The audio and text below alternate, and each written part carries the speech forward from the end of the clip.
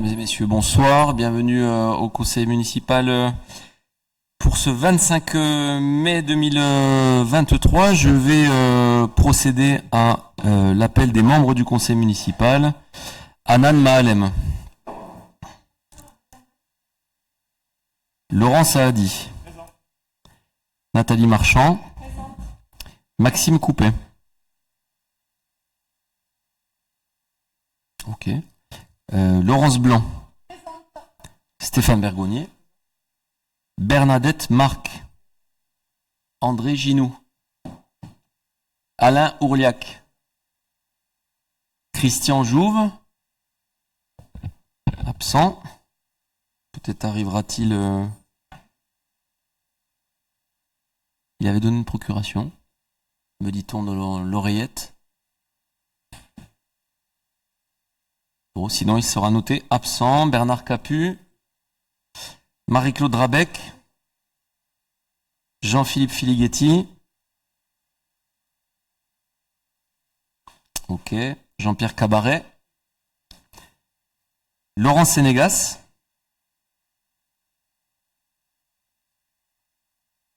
Nicolas Belli, Benoît Albagnac, Emmanuel Carbone, Cédric Paluel, Muriel Philippe, Bekta Bouzid, Nadia Oudalmer, Isabelle Manteau, ok, Malika Mazous, Maxime Lacoste, Julien Lassalle, Sébastien Brosse, Valérie Beau, une minorité qui est claire par son absence. Bon, Monsieur Brosse, il est absent depuis le départ, hein, pour quelqu'un qui voulait être maire de la commune, depuis 2020. Nous allons donc passer, avant d'établir l'ordre du jour, aujourd'hui, ordre du jour avec un conseil municipal qu'on pourrait appeler de léger, mois de mai, hein, pont, vacances, on a une quinzaine de points, loin des 21 ou 25 points du début d'année lors de la période budgétaire. Je vais vous proposer, chères conseillères et chers conseillers, tout d'abord l'approbation du procès-verbal du dernier conseil municipal qui a eu lieu le 12 avril. Y a-t-il des questions avant de passer au vote ou des observations? Qui est contre? Qui s'abstient? Vote à l'unanimité pour le procès-verbal du conseil municipal du 12 avril. Nous allons passer au point numéro 1. Ce point numéro 1 donc d'administration générale, et donc Monsieur Lassalle avait clôturé le dernier conseil municipal annonçant la future démission du conseiller municipal Sylvain Plugnan, donc démission que nous avons reçue donc d'un des membres des conseillers municipaux d'équipe minoritaire Saint-Sulpice Active et Citoyenne. Donc on a reçu ce courrier en date du 18 avril 2023 et conformément à la procédure, Sylvain Plugnan donc m'a fait part de sa volonté de démissionner du conseil municipal, démission que j'ai donc acceptée, et j'en ai informé le sous-préfet de Castres, et comme il convient de le dire, nous allons procéder donc au remplacement de Sylvain Plugnan au sein du conseil municipal par le candidat ou la candidate venant immédiatement après le dernier élu sur la liste faisant partie du groupe minoritaire Saint-Sulpice Active et Citoyenne déposé en préfecture lors des élections municipales de 2020.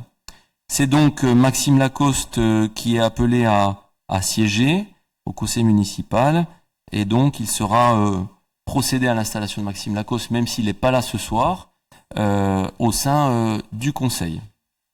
Bien sûr, avant de passer au vote, il faut surtout nommer le ou la secrétaire de séance, et donc ce soir, la secrétaire de séance sera, je vous propose, André Ginoux. Y a-t-il des questions de la part de l'Assemblée à l'installation donc de de Maxime Lacoste en remplacement de Sylvain Plugnan aux fonctions de conseiller municipal pour le groupe minoritaire Active et Citoyenne. Pas de remarques, pas d'observations. Je vous propose de passer au vote. Qui est contre? Qui s'abstient? Vote à l'unanimité. Nous allons passer à la désignation d'un membre titulaire à la commission municipale administration générale prévention sécurité, point qui a donc reçu un avis favorable à l'unanimité lors de la commission d'administration générale que préside Anan Mahalem. La commission donc municipale est composée exclusivement de conseillers municipaux. Le conseil municipal fixe leur dénomination, leur nombre, donc dans les communes de plus de 1000 habitants. La composition de cette commission doit respecter la représentation proportionnelle entre les groupes. Et donc la composition de la commission municipale est composée de 6 titulaires de la liste majoritaire, d'un titulaire suppléant, un titulaire et un suppléant, pour chaque liste minoritaire. Par délibération, la commune de Saint-Sulpice a désigné donc les membres de la commission municipale, mais suite au point numéro 1, c'est-à-dire à la démission de Monsieur Plinan du conseil municipal.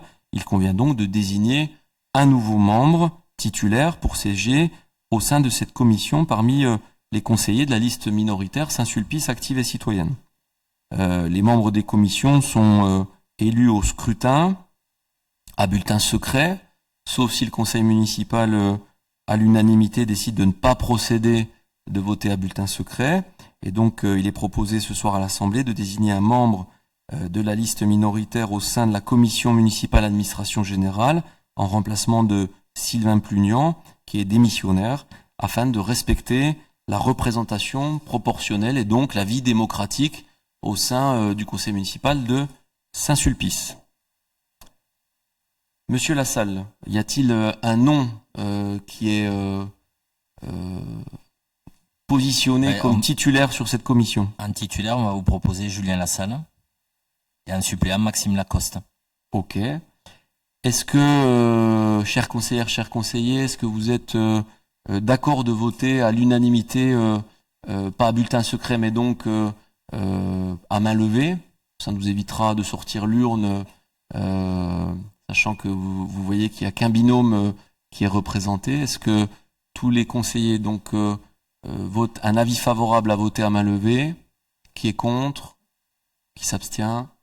Donc nous allons passer un vote à main levée sur proposition donc de Monsieur Lassalle, avec Julien Lassalle comme titulaire et Maxime Lacoste comme suppléant pour la commission administration générale. Qui est contre? Qui s'abstient? Ainsi soit-il, la vie démocratique à Saint-Sulpice pourra battre de tout son plein. Nous allons passer au point numéro 3 sur le principe de cession de parcelles cadastrées. Pour présenter ce point, je vais laisser la parole à Madame la conseillère municipale Marie-Claude Drabec. J'accueille également Sylvain Zone, donc chargé de patrimoine pour le groupe Celnex, qui après la présentation donc de la synthèse du point par Madame Drabec pourra peut-être répondre à nos questions, chers élus, sur ces sujets. Madame Drabec, je vous laisse la parole. La commune de Saint-Sulpice-la-Pointe entretient plusieurs baux locatifs à destination des opérateurs de télécommunications pour le positionnement d'antennes relais sur des parcelles communales. Dans le cadre de la loi Chaise, encourageant les opérateurs à mutualiser les infrastructures, certains groupes cherchent à sécuriser leur positionnement en acquérant les parcelles où sont positionnées les antennes. Le groupe Celnex a donc formulé une offre d'acquisition sur plusieurs micro-parcelles où sont situées des antennes de différents opérateurs. Ces cessions comporteront également l'établissement de la convention de servitude de passage et de tréfonds tels qu'indiqués dans les schémas ci-dessous. Par ailleurs, il est apporté à la connaissance de l'Assemblée que dans le cas de démantèlement d'une ou plusieurs infrastructures sur l'une des micro-parcelles, cette dernière sera alors rétrocédée à titre gratuit, hors frais de rétrocession, à la commune. La municipalité bénéficiera également à titre de servitude réelle et perpétuelle sur les parcelles d'un droit de passage en tout temps et heure et avec tout véhicule, et donne tout pouvoir au géomètre expert ainsi qu'au notaire désigné de définir les emprises nécessaires et appropriées. Donc nous avons les micro-parcelles chemin de la Messale, Derrière, nous avons des micro-parcelles rue des Montamas, sur la page de gauche et la page de droite également. Et il y a des micro-parcelles chemin de Montouty. Donc par rapport à ces parcelles, nous avons la parcelle B 2917 et 2919 de 70 mètres carrés pour un prix de 35 670 €. La parcelle ZB 34, 80 mètres carrés, 70 000 €. La parcelle Z 124, 115 mètres carrés, 18 000 €. Et la parcelle ZB 34, 80 mètres carrés, 76 330 €. Le prix s'entend net vendeur, c'est-à-dire que les droits de mutation et les frais de notaire sont à la charge exclusive de l'acheteur. De surcroît, les frais de bornage et le coût des diagnostics obligatoires, si applicables, seront également pris en charge par l'acheteur. Considérant les clauses de préférence intégrées au baux locatif établi entre la commune et les différents opérateurs, ceux-ci seront consultés dans le cadre de cette vente afin de leur proposer l'achat au même niveau de prix de la parcelle où chacun d'eux est établi.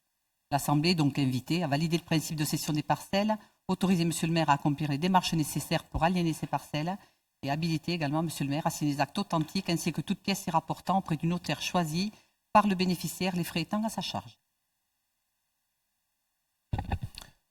Y a-t-il, chers élus, des questions sur la présentation de Madame Drabec? S'il n'y a pas de questions, peut-être Monsieur Zone nous exprimer un petit peu la stratégie de Cellnex sur cette partie. Les citoyens pourraient se poser la question de pourquoi un achat de parcelles. On entend aussi le déploiement des antennes au niveau de l'État et de la densification d'antennes relais. On entend aussi la loi Chaise que Madame Drabec vient de parler sur le fait de pouvoir densifier en fait les mêmes opérateurs sur un seul équipement. Pouvez-vous nous en dire un petit peu plus pour éclairer l'ensemble de l'Assemblée sur ces sujets? Je vous laisse prendre le micro. N'hésitez pas à l'approcher. Tout d'abord, excusez-moi, je suis malentendant, donc si je parle un peu haut, un peu bas, dites-le moi. En fait, notre histoire a débuté en Espagne en 2016, du besoin qu'avait Bouygues de trouver des financements pour améliorer son réseau espagnol. Et ensuite, Bouygues a fait la même chose sur le reste de l'Europe, enfin une majorité des pays de l'Europe. En 2019, ce fut le tour de Free.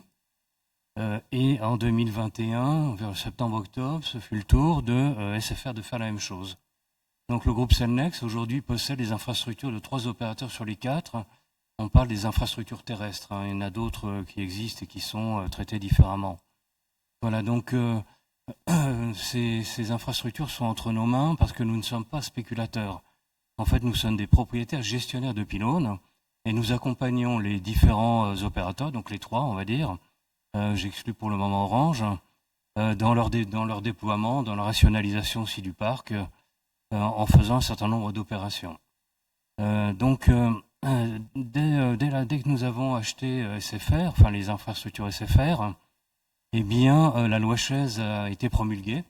Et cette loi Chaise, elle a différents aspects, dont 2 nous concernent particulièrement, qui sont le premier aspect, c'est la mutualisation des infrastructures afin d'en faire disparaître un certain nombre du paysage, et également l'auto-alimentation des pylônes, sachant qu'on doit quand même rester sur le réseau puisque nous avons une mission d'intérêt public et on ne peut pas se permettre d'avoir des coupures d'émissions. Encore moins parce que demain, vous savez qu'on aura des drones volants, on aura des taxis volants, on va avoir des véhicules auto-alimentés, auto-guidés, etc. Ce qui fait que nous sommes aujourd'hui dans une phase qui va être une phase d'investissement. Cette phase d'investissement, elle est pour le pied des pylônes, ça va être partout où on peut mettre des panneaux photovoltaïques. On est déjà à 45-50% en Espagne, par exemple. Et on va également devoir mettre un peu de edge computing, c'est-à-dire des micro-data centers qui vont améliorer la circulation des ondes, de manière à ce qu'une ambulance ne reste pas bloquée au milieu de la campagne avec une personne en danger à l'arrière, par exemple. Voilà, donc ça nécessite des investissements importants, et ces investissements importants, on va les faire parce que nous allons aussi faire en sorte de sécuriser ce que nous faisons. Ces investissements importants, ils nécessitent pour nous d'avoir des droits réels sur les parcelles où nous sommes implantés, D'où notre demande d'acquisition auprès des communes, mais également aussi des particuliers, des entreprises, du monde agricole. Enfin, partout se trouvent des pylônes, en fait.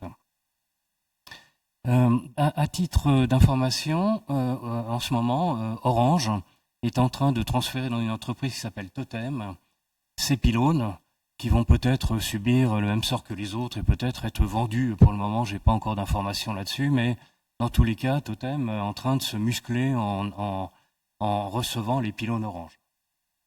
Voilà. Et si c'était vendu, je suppose que notre entreprise se positionnerait également pour l'acquisition. Mais ça, pour le moment, c'est la spéculation Sylvain Zone et je suis pas à la tête de Cellnex. Donc voilà, c'est juste ça. En dehors de cela, bien sûr, il va y avoir un certain nombre d'éléments qui sont des éléments qui viennent se télescoper. Par exemple, la loi Chaise nous oblige à réduire notre nombre d'infrastructures, principalement dans un premier temps sur les grandes villes. On parle des agglomérations de 50 000 habitants. Vraisemblablement, il y aura une définition sur le reste de la France.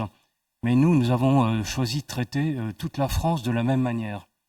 Pourquoi ? Parce que, comme je vous le disais, on a un certain nombre de choses qui se télescopent, entre autres l'arrivée de la 5G, qui fait que la 5G émettant beaucoup plus fort mais beaucoup moins loin, on va avoir besoin de pylônes relais. Et donc en même temps qu'on doit détensifier, c'est ça ? Décentifier, bon, on doit retirer des pylônes, pardonnez-moi. Eh bien, en même temps, on va devoir en remettre également, principalement dans les provinces, hein, puisque dans les grandes villes, on a pléthore de pylônes. Donc, on est dans un domaine aujourd'hui qui est très déroutant, à la fois pour vous tous, mais pour nous également, parce que les choses viennent se télescoper, nous obligent à faire un certain nombre d'actions.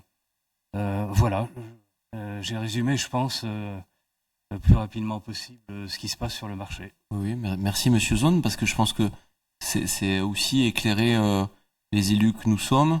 C'est toujours bien de connaître les dossiers avant d'avoir des préjugés ou bien de pouvoir justement émettre son avis. Vous l'avez dit, il y a une stratégie nationale.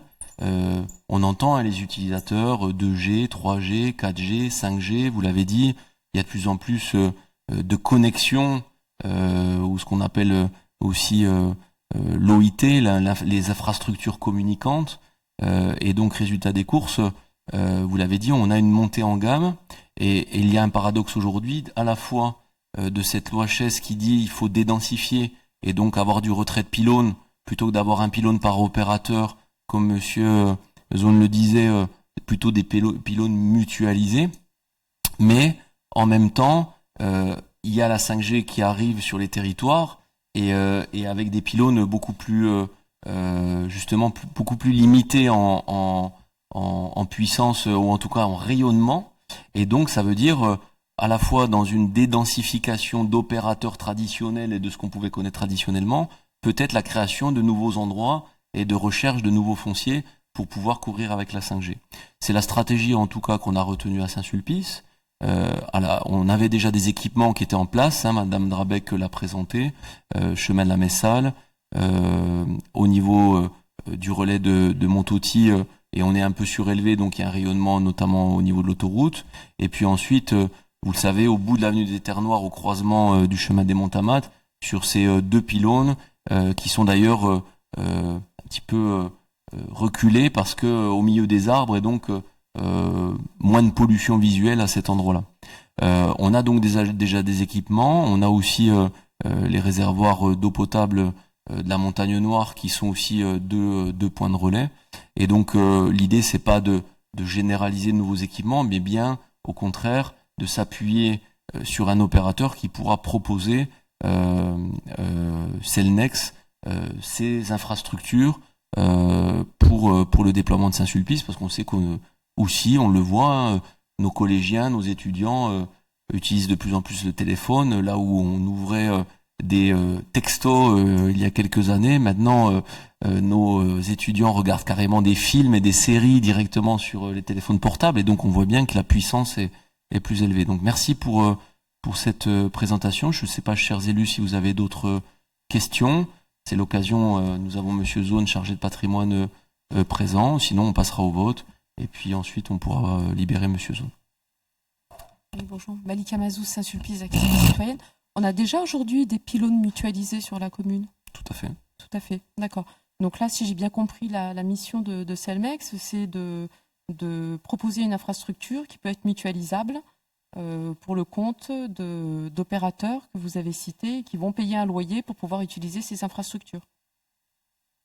Pour le moment, si vous voulez, le phénomène qu'il y a, c'est qu'effectivement, il peut y avoir des pylônes qui sont mutualisés d'ores et déjà, qui seront vraisemblablement aussi améliorés. D'ailleurs, je ne sais pas combien, il faudrait que je vérifie, mais si on a 2 opérateurs, on pourra peut-être faire venir un 3e, etc. Donc dans l'avenir, il y aura moins de pylônes sur les communes, sur les grandes villes, je dirais, et on en mettra plus dans les campagnes. Là, notre idée, c'est comme on doit aller assez vite, c'est d'acquérir tous les pylônes, de manière à réfléchir dans l'avenir à la façon dont on va les améliorer, dont on va pouvoir les mutualiser également. La stratégie est en train de se définir. Et vraisemblablement qu'on aura beaucoup moins de pylônes. Et pour le moment, je serai incapable de vous dire lesquels vont rester, lesquels vont disparaître. Pour être tout à fait honnête. D'autres questions? Oui, une question, Nicolas Belli, groupe majoritaire. Vous parliez des antennes, donc des nouvelles antennes avec de l'autoconsommation. Donc je voudrais savoir par quels moyens et à quelle hauteur, quel pourcentage représente l'autoconsommation. Ça, c'est un sujet, pareil, que je ne maîtrise pas très bien, je dois vous l'avouer. Il faut savoir que nous aurons des systèmes de panneaux photovoltaïques qui seront sans charge de batterie. Ce qui veut dire qu'ils seront fonctionnels à partir du moment que les rayonnements du soleil suffiront à les alimenter. Là, j'ai pas vraiment d'informations, c'est pas trop ma partie. Moi, ma partie, c'est de trouver la place pour les mettre. Et derrière, il y aura des études qui vont être faites. Il faut savoir qu'en fonction du nombre d'opérateurs qui sont présents sur le mât, on a également des puissances qui seront différentes. Donc là, je ne saurais pas vous en dire plus. J'avais une réflexion à faire par rapport à la 5G. C'est plus une question adressée peut-être au service, je ne sais pas, qui est plutôt question technique. Moi, d'après ce que j'avais compris, la 5G, aujourd'hui, le retour qu'on en a, c'est que c'est surtout pour de l'exploitation industrielle, entreprise, etc., assez peu privée, et que la 4G aujourd'hui était suffisante pour desservir les besoins privés, en fait. Donc, est-ce que c'est vrai? Est-ce que c'est une tendance normale? Et dans ce cas-là, si c'est le cas, est-ce que on peut réserver, par exemple, des antennes 5G plutôt dans un secteur industriel, secteur géographique industrialisé, et la 4G pour la partie habitable, commune? C'est une question, hein. Après, je voudrais avoir votre avis là-dessus. Écoutez, non, a priori non. Je pense qu'on va mettre de la 5G partout. D'ailleurs, parce que vous avez dû entendre que la 3G, la 2 et la 3G vont bientôt disparaître. La 5G est déjà en test, elle fonctionne bien. Et donc, vraisemblablement, les autres formats de 4G disparaîtront dans l'avenir. Donc, on va généraliser vraisemblablement la 5G. La 5G, d'autant plus que, comme je vous le disais, elle va servir à guider les véhicules, à guider les drones, à guider les taxis volants. Alors, je sais que ça paraît être de la science-fiction, mais c'est pour demain. Donc, je pense pas qu'on fasse une réservation particulière de la 5G aux zones industrielles, de préférence aux zones résidentielles ou au cœur des villes.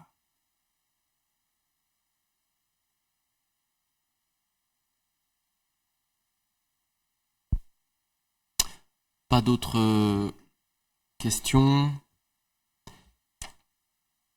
Je vous propose donc, comme l'a dit Madame Drabec, de valider le principe de cession des parcelles telles que présentées et que vous avez à l'écran. 4 parcelles, parcelle B, la parcelle ZB, la parcelle Z et la parcelle ZB, donc numéro 29 17, 29 19, 34, 124 et 34. Vous le voyez avec le tableau des surfaces cédées et des montants donc qui seront sur les recettes dans le budget municipal, et donc de m'autoriser à accomplir toutes les démarches. Je vais donc passer au vote. Qui est contre? Qui s'abstient? 4 abstentions du groupe minoritaire Saint-Sulpice Active et Citoyenne, donc Madame Mazous, Madame Manteau, Monsieur Lacoste et Monsieur Lassalle. Vote à la majorité qualifiée. Merci Monsieur Zone, je vous libère du coup. Merci d'être venu pour nous éclairer et éclairer l'auditoire sur ces sujets, qui sont toujours des sujets un petit peu, dans certaines communes, amenés des fois à débat. Merci pour votre présence et écoutez, bonne continuation.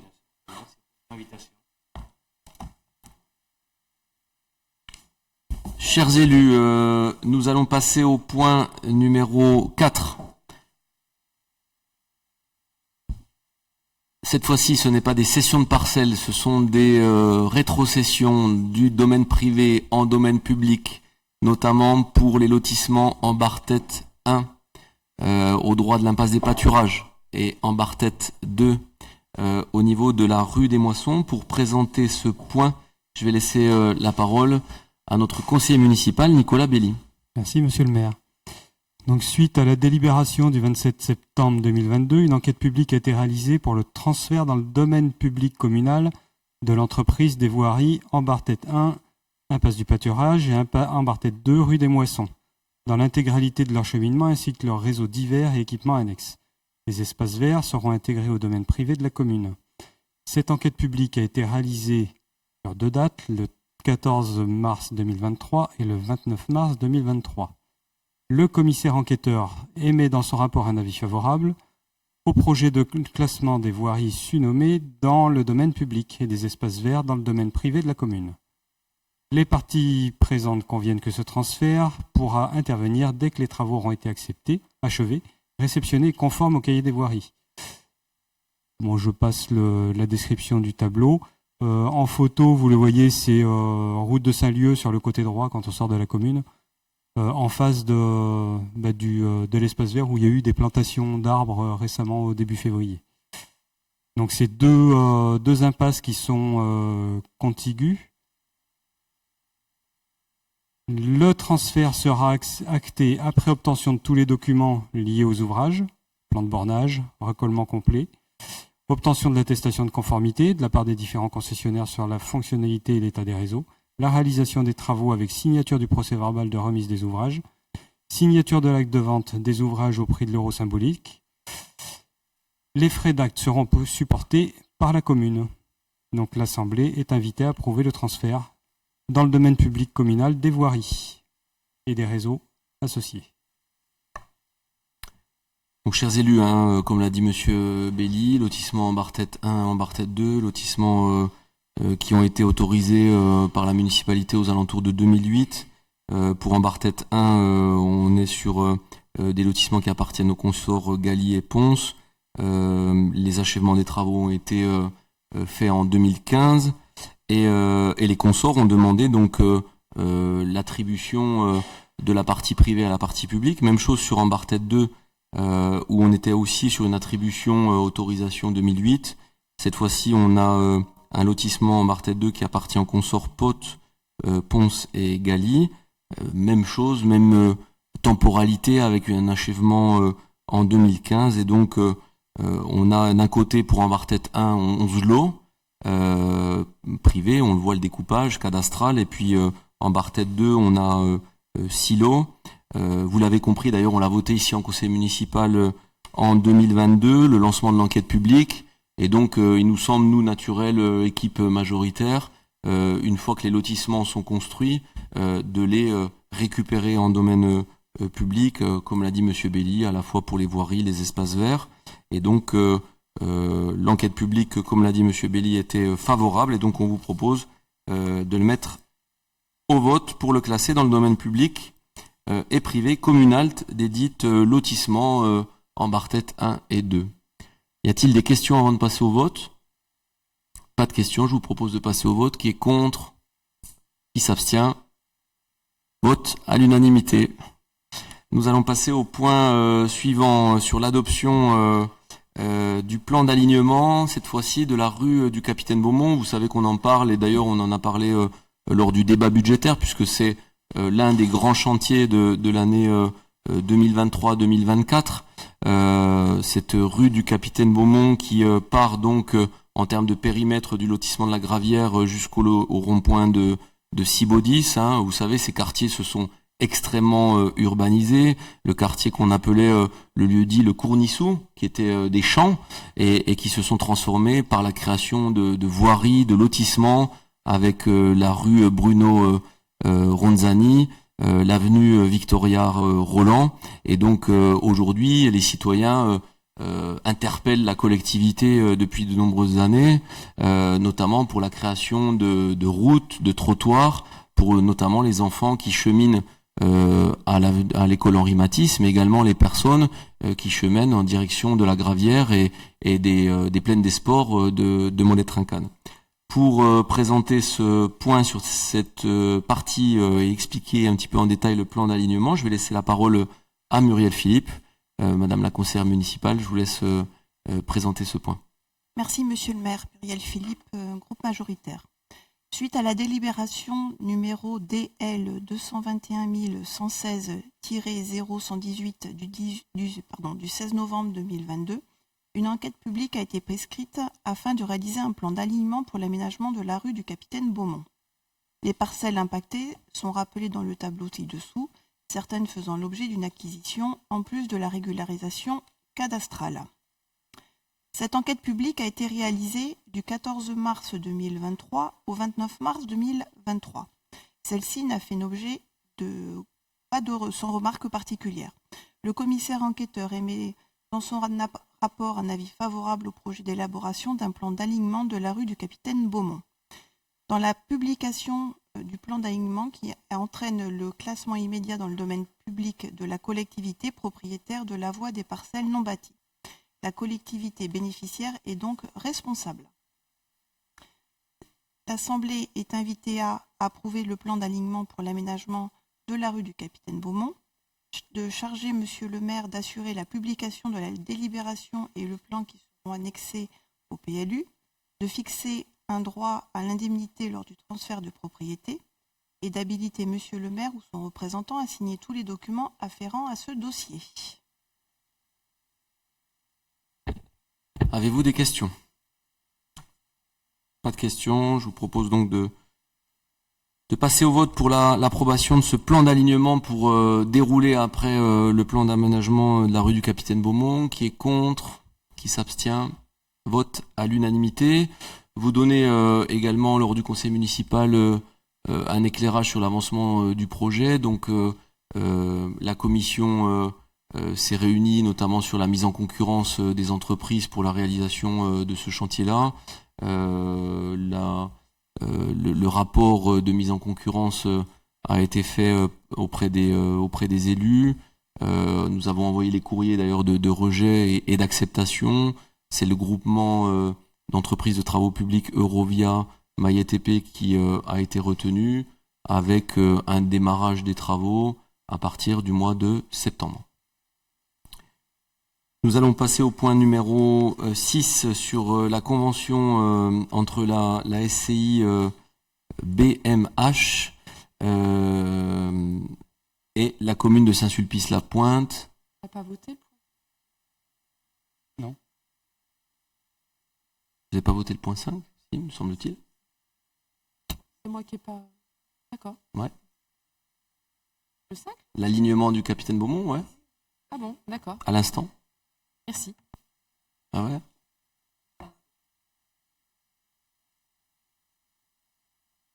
Nous allons passer au point numéro 6, donc sur la convention entre la SCI BMH et la commune de Saint-Sulpice-la-Pointe sur le transfert de voiries, trottoirs et réseaux, proche notamment de l'école Louisa Paulin. La SCI BMH, en fait, c'est la SCI qui porte notamment l'infrastructure de Leclerc, le centre commercial Leclerc à côté de Louise Apollin. Pour présenter ce point, je vais laisser la parole à Nicolas Belli pour entrer dans les détails. Merci Monsieur le maire. Donc la SCI BMH, comme l'a dit Monsieur le maire, qui est propriétaire des bâtiments du magasin Leclerc, ont déposé un permis de construire sur l'ensemble de leurs parcelles, situées rue des Terres Noires.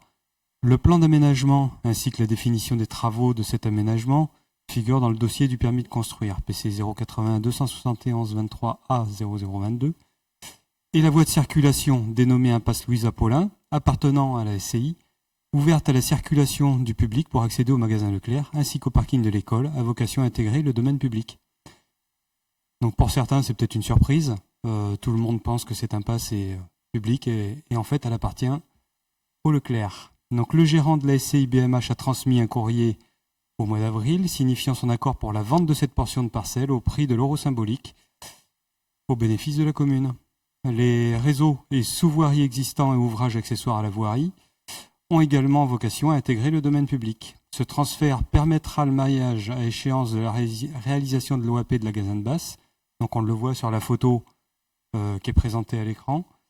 Ça va permettre de faire la liaison sur cette future zone. Conformément à l'article 442-8 du Code de l'urbanisme, il est proposé la signature d'une convention entre la commune de Saint-Sulpice et la SCI BMH, bénéficiaire du permis de construire, visant le transfert dans le domaine public de la voirie, trottoir et réseau. Le transfert sera acté après signature du permis de construire, obtention de tous les documents liés aux ouvrages, obtention de l'attestation de conformité de la part des différents concessionnaires,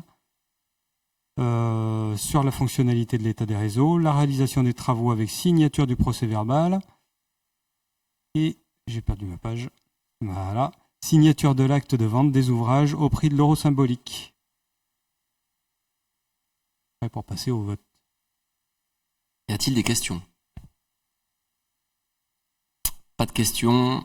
Donc vous l'avez compris aussi, ça va cette session régler un problème qu'avait notamment Madame l'adjointe Nathalie Marchand à chaque conseil d'école avec l'école Louise Apollin, et notamment les enseignants, la directrice, les représentants de la LAE et les représentants de parents d'élèves sur notamment des problématiques de livraison de camions semi-remorques qui en fait empruntaient l'impasse Louise Apollin, faisaient une aire de retournement du parking de l'école Louise Apollin, pour ceux qui connaissent, et notamment il y a une zone de dépose minute, et donc il y a eu quelques accrochages, donc des questions aussi de sécurité.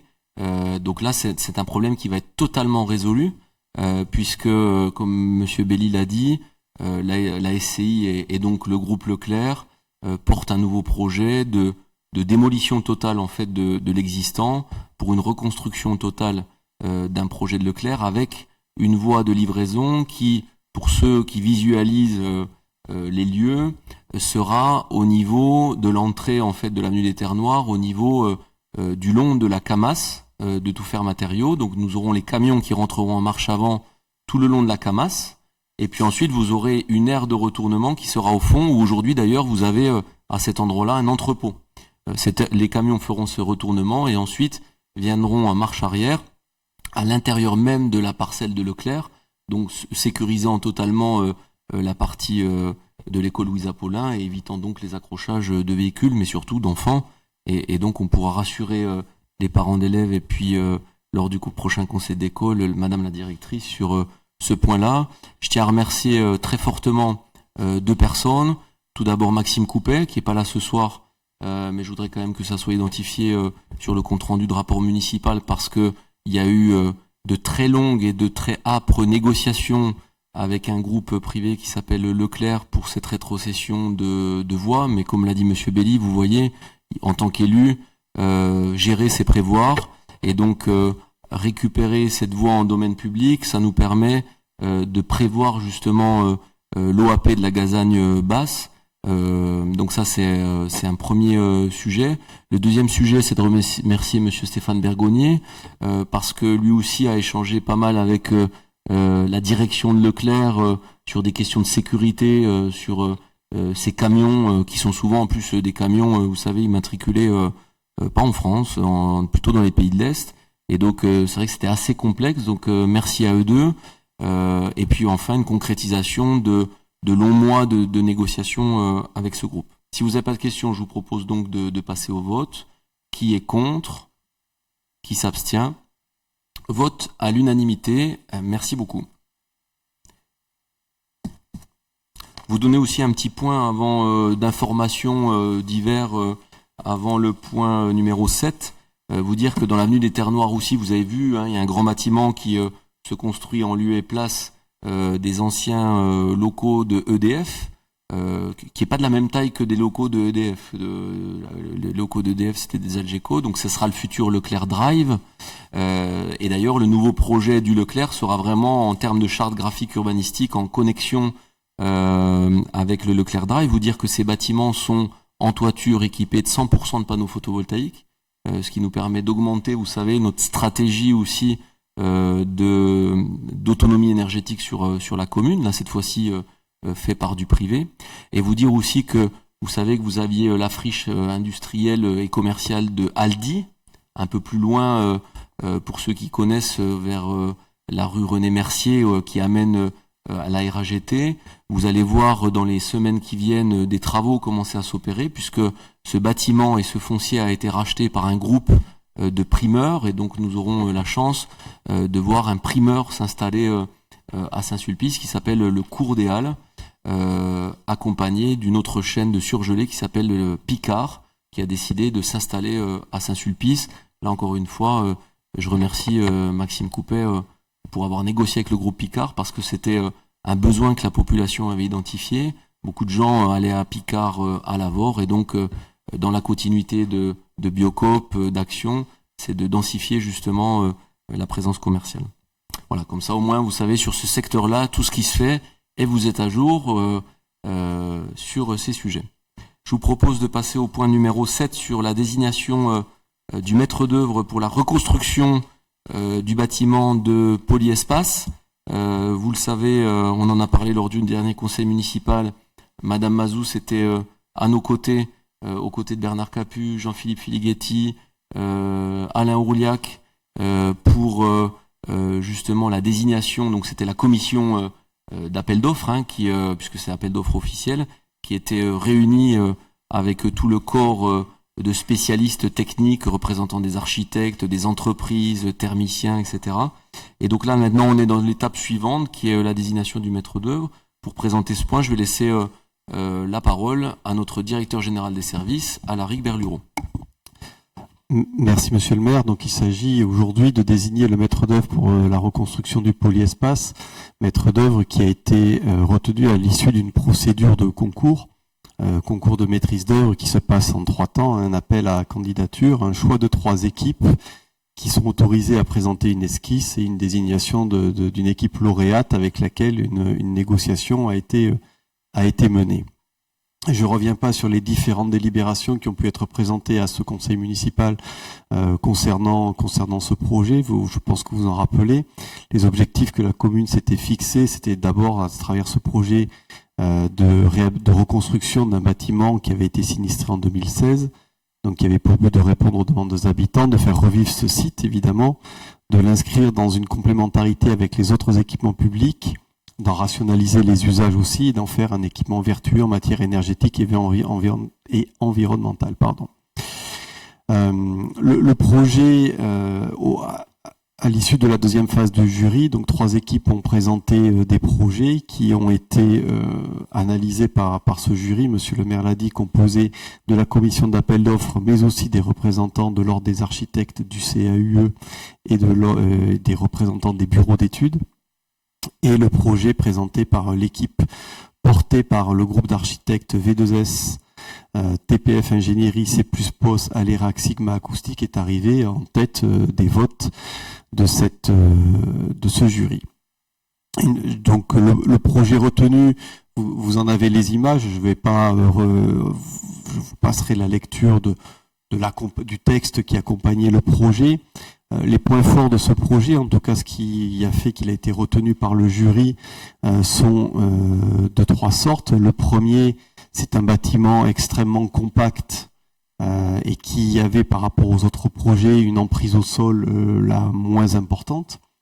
Le second, par rapport au programme qui avait été rédigé, c'est une organisation des espaces intérieurs particulièrement rationnelle, et notamment l'organisation de salles d'activité, de cafés culturels, d'un espace jeunesse, mais aussi d'une grande salle polyvalente pouvant accueillir plus de 400 personnes en format gradin spectacle, et qui s'ouvre sur le stade de la Messale, qui a été particulièrement apprécié. Et le troisième point, c'est un projet qui répondait à l'ensemble des attentes concernant le volet environnemental et énergétique. Donc c'est qui était un point fort. Je vous rappelle que le projet, en tout cas le cahier des charges, prévoyait un bâtiment conforme à l'ART, bien sûr à l'ART 2020, mais sur un label E3C1 visant le 4C1. 4C1, je le rappelle, c'est faible consommation carbone, mais bilan énergétique positif. Et donc ce bâtiment, pour atteindre ce bilan, bilan énergétique positif, sera entièrement couvert d'une toiture photovoltaïque.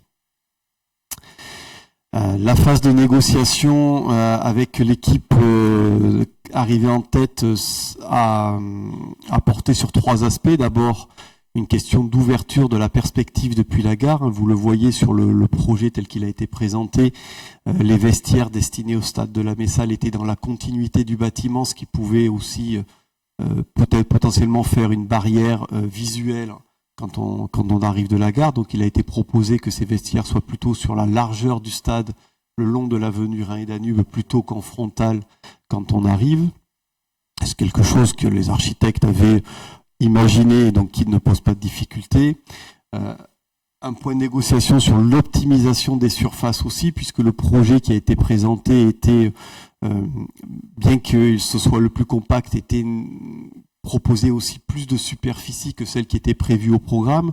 Et justement, ne serait-ce que par des discussions assez simples, l'équipe d'architectes a réduit la surface de plancher du projet d'environ 118 mètres carrés. Donc c'est toujours des coûts en moins, du mètre carré non construit, c'est du mètre carré qui n'a pas de coût. Et une négociation sur le taux de rémunération de l'équipe.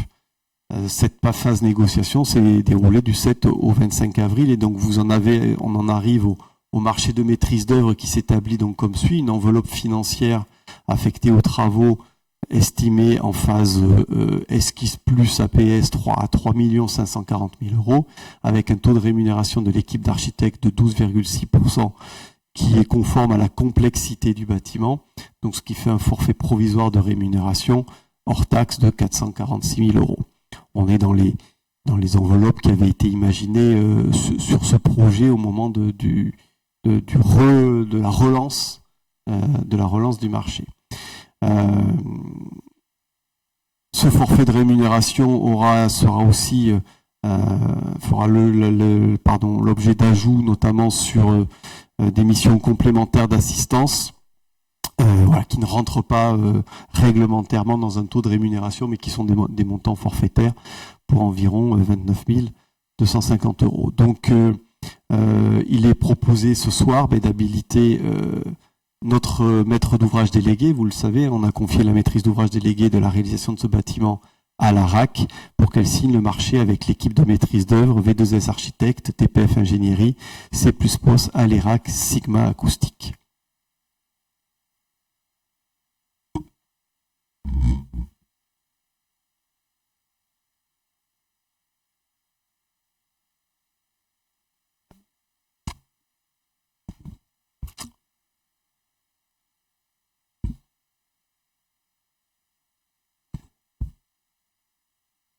Désolé, vous m'avez vu bouger parce que j'ai demandé à Déborah Sicard d'aller chercher les panneaux. Vous voyez des petites images, mais en fait on a les panneaux lors de la présentation du concours d'architectes, et je pense que c'est intéressant, plutôt que de rester dans un placard à la mairie, que les élus ainsi que l'Assemblée ce soir, une fois à la fin du conseil municipal, on va vous les mettre sur les côtés, vous puissiez regarder en détail la projection et tout ce que le groupement d'architectes a proposé. Voilà. Donc, désolé pour cet intermède. Y a-t-il des questions ?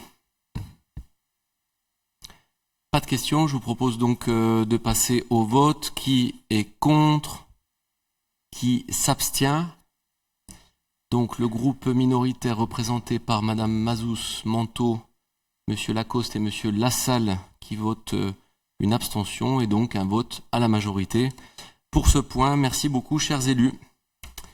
Nous allons passer au point numéro 8 sur la modification du tableau des effectifs avec la création d'un emploi permanent à 35 heures de catégorie C dans la filière police municipale. Pour présenter ce point, bien entendu, je vais laisser la parole à Monsieur l'adjoint à la sécurité, Monsieur Bergonnier. Merci Monsieur le maire. Conformément à l'article L313-1 du Code général de la fonction publique, les emplois de chaque collectivité ou établissement sont créés par l'organe délibérant de la collectivité ou de l'établissement. Il appartient au conseil municipal de fixer les effectifs des emplois communaux, permanents et contractuels, à temps complet et non complet, nécessaires au fonctionnement des services municipaux. Il est donc proposé la modification du tableau général des effectifs du personnel de la collectivité en vigueur depuis le 7 juillet 2022, approuvé par la délibération numéro DL 220707-0084 du 7 juillet 2022. À compter du 1er juin 2023, il est créé un emploi permanent d'agent de police municipale dans le cadre d'emploi des agents de police municipale de la catégorie C à temps complet pour satisfaire aux besoins du service. Donc, comme vous pouvez le voir dans le tableau qui est annexé à la note de synthèse, il s'agira d'un emploi soit de gardien, brigadier ou de brigadier-chef principal et qui sera dans le cadre d'emploi de la police municipale. Bien sûr, c'est un emploi à temps plein et cet emploi sera occupé par un fonctionnaire. Donc, pour l'instant, en aparté, je vous précise que nous sommes en cours de recrutement de ce futur agent de police municipale qui actuellement, nous avons reçu un certain nombre de CV qui seront à l'étude lorsque l'appel à candidature sera clos, ce qui ne saurait tarder, je pense. Et donc, ce qui nous permettra de renforcer nos effectifs de police municipale. Ainsi, nous aurons 8 policiers municipaux à Saint-Sulpice à l'issue de ce recrutement. Et donc, l'Assemblée est invitée à approuver la création de l'emploi permanent tel que présenté et à inscrire les crédits nécessaires au budget de la commune. Voilà, je ne sais pas si vous avez des questions, je suis à votre disposition pour y répondre. Merci beaucoup. Julien Lassalle pour le groupe Saint-Sulpice Activité Citoyenne, pas de questions particulières. Juste une explication sur notre future abstention par rapport à cette création dans, on va dire, la continuité des débats que nous avons eus lors du vote du budget, où effectivement on a évoqué dans le détail la question des charges en personnel. Donc dans ce cadre-là, on s'abstiendra de valider cette création de poste. Bon, pour répondre à Monsieur Lassalle, dans la continuité des échanges budgétaires et sans faire de rallonge, voilà, vous avez une vision comme quoi il y aurait trop de fonctionnaires, ou en tout cas un pool de fonctionnaires un peu trop élevé à Saint-Sulpice. Donc c'est sûr que rajouter un effectif, je comprends que vous êtes cohérent en tout cas. Merci Monsieur Lassalle et merci votre groupe dans ce sujet-là. Donc je me vois défendre les fonctionnaires. Là où je pense qu'en début de mandature, j'étais plutôt accusé de vouloir faire régresser le nombre de fonctionnaires sur notre organigramme. Je pense que personnellement, pour vivre dans le monde du privé et des entreprises privées, les reportings, les statistiques, les ratios, et vous le défendez souvent Monsieur Lassalle, ça doit rester au privé. Aujourd'hui on a une bonne gestion des finances de la collectivité. Alors vous me direz c'est nous qui le disons, donc forcément vous n'allez pas me croire puisque les élus mentent, souvent c'est ce qui est dit, mais aujourd'hui je pense qu'on a une bonne gestion, on a désendetté la commune, on continue à la désendetter. On voit bien qu'on vote des budgets positifs, on arrive à sortir un excédent, on arrive à faire des économies qui financent nos investissements sont autofinancés, et le nombre de fonctionnaires, il faut le regarder au regard du service public qui est offert à Saint-Sulpice. On le disait, on a longuement débattu face à la commune de Lavore. Nous sommes une commune qui, malgré l'augmentation des kilowatts et d'énergie à au-delà de 1,5 million d'euros, a continué à laisser sa piscine municipale ouverte, et nous continuerons cet été à continuer à laisser ouvert son cinéma, sa médiathèque et l'ensemble de ses services municipaux. Et je pense que ça, dans une commune en forte dynamique, puisque nous sommes la commune la plus dynamique en termes de démographie du Tarn, avec la commune de Grouillé. Je pense qu'au contraire, c'est encore une fois gérer, c'est prévoir. Et l'engagement que nous avions pris lors de la campagne de 2020, et nous la tiendrons avec Stéphane Bergonnier, c'était d'augmenter le sentiment de sécurité à Saint-Sulpice. Nous avons commencé par une première phase sur le déploiement de vidéoprotection, qui a amené de gros débats en conseil municipal avec des oppositions qui étaient contre. Aujourd'hui, la police municipale et la gendarmerie ainsi que les services préfectoraux nous remercient d'avoir déployé cette vidéoprotection. Et on avait dit dans un deuxième temps et dans un deuxième volet, on mettra les efforts cette fois-ci, une fois que la technologie sera déployée, sur l'humain. Donc renforcer la police municipale. On aura donc 8 policiers municipaux inclus le chef de la police. Notre objectif pour 2026 avec Stéphane Bergonnier, c'est d'arriver à 10 policiers municipaux, c'est-à-dire un policier pour 1000 habitants. Il faut savoir que les meilleurs ratios en France, c'est un policier pour 800 habitants, donc une qualité de service public rehaussée.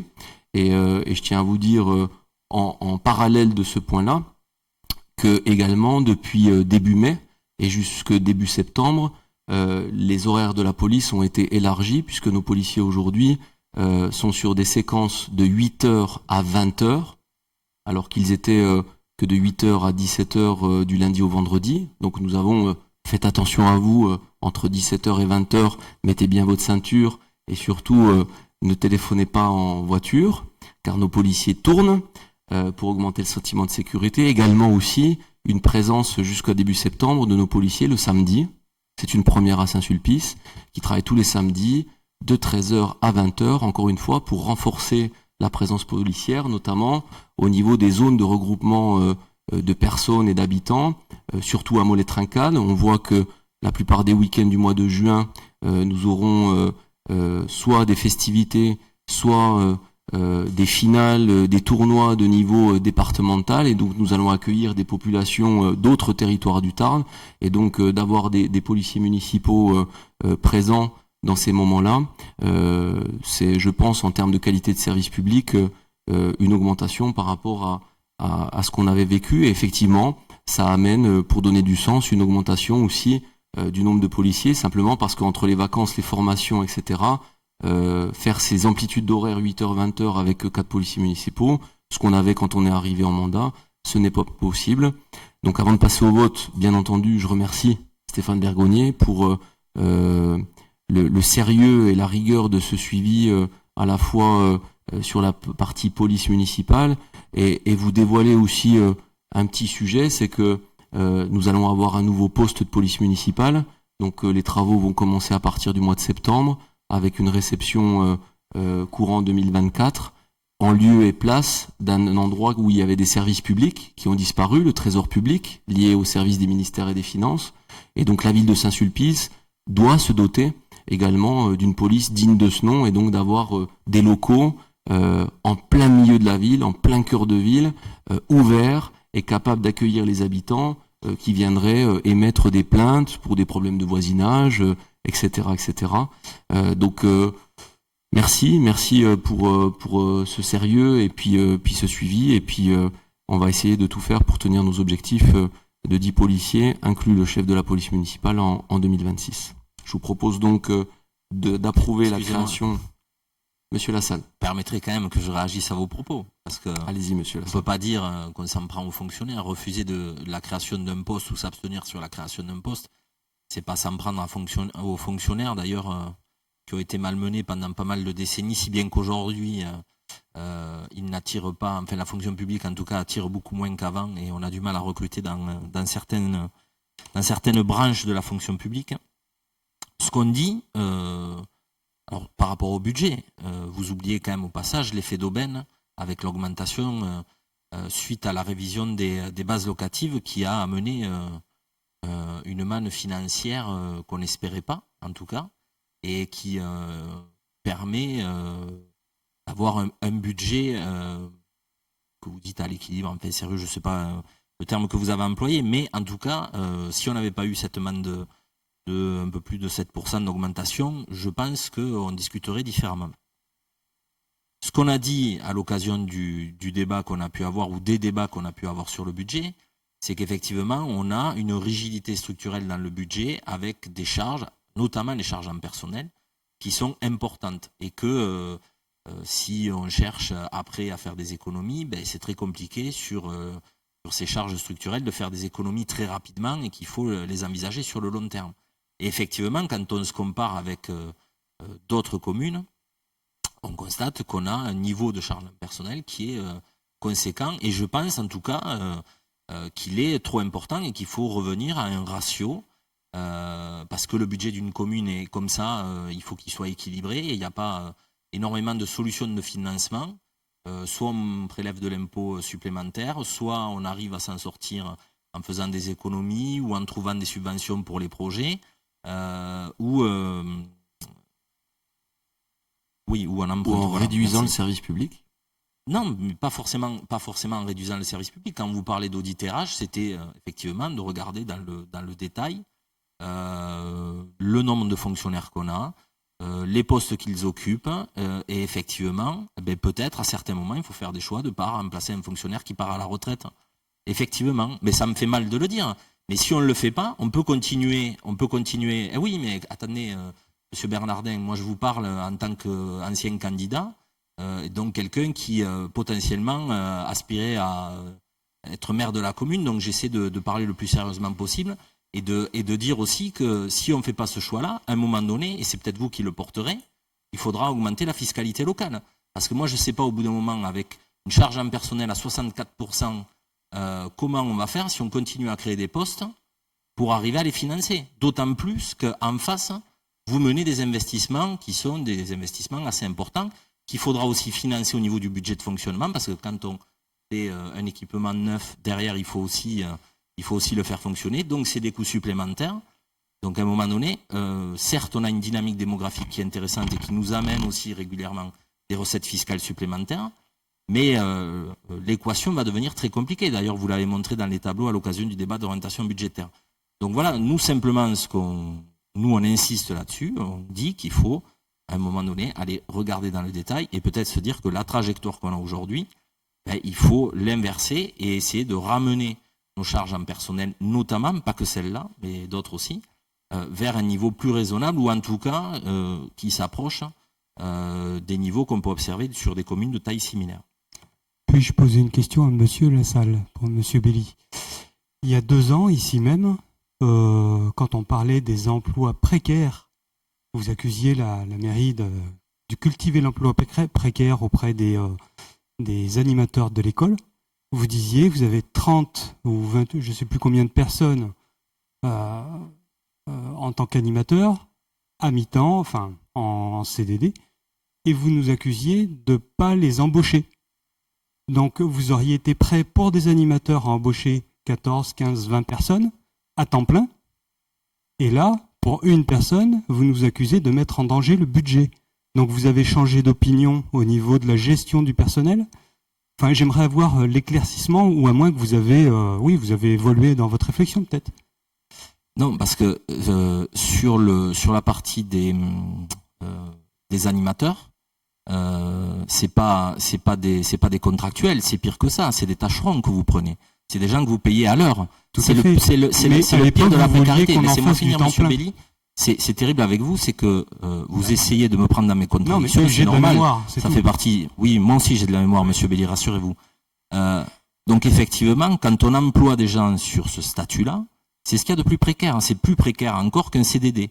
C'est une personne qu'on va payer à l'heure. Donc oui, effectivement, je le dénonce. Et de la même manière, quand je vous dis que aujourd'hui, on a une trajectoire en charge personnelle qui est dangereuse, je ne vois pas où est la contradiction. C'est-à-dire qu'il faut à un moment donné, il faut qu'on regarde. Mais attendez, quand on fait de la gestion RH, alors je ne sais pas ce que vous faites comme métier, quand on fait une gestion prévisionnelle des emplois et des compétences, à un moment donné, on regarde aussi la maîtrise de notre masse salariale. Et ça ne veut pas dire qu'on va dégrader les conditions de travail des fonctionnaires qu'on va employer.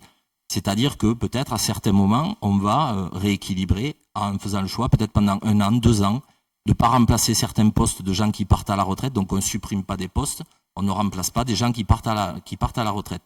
Mais effectivement, le budget de la commune évoluant aussi, à certains moments, on va réouvrir aussi des embauches.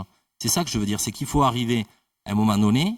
Aujourd'hui, on est à 64% de charge en personnel, là où dans d'autres communes, on est entre 50 pour les plus basses et 55 en gros en moyenne.